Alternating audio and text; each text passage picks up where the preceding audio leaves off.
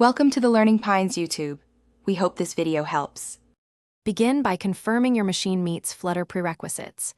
Use Windows 10 or 11, 64-bit, with at least 8 GB RAM. Install PowerShell and Git for Windows before continuing.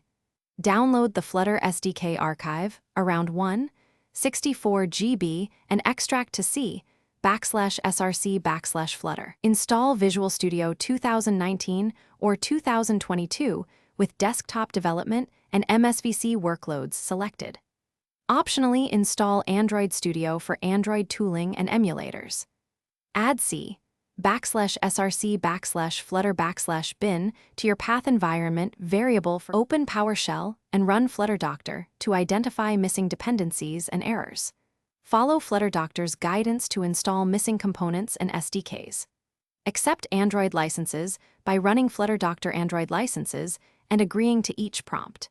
Install Android SDK Platform 33 and Android SDK tools via SDK Manager. Enable CPU virtualization in BIOS or UEFI for emulator performance. Create an Android virtual device with recommended API and about 5 GB RAM.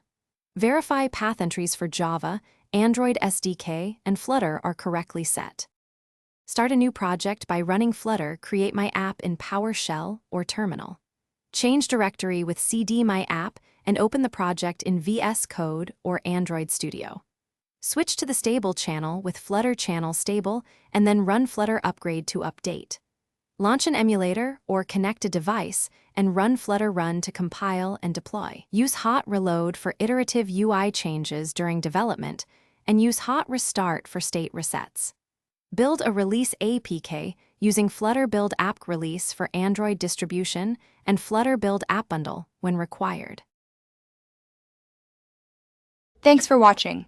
Consider subscribing if we helped you.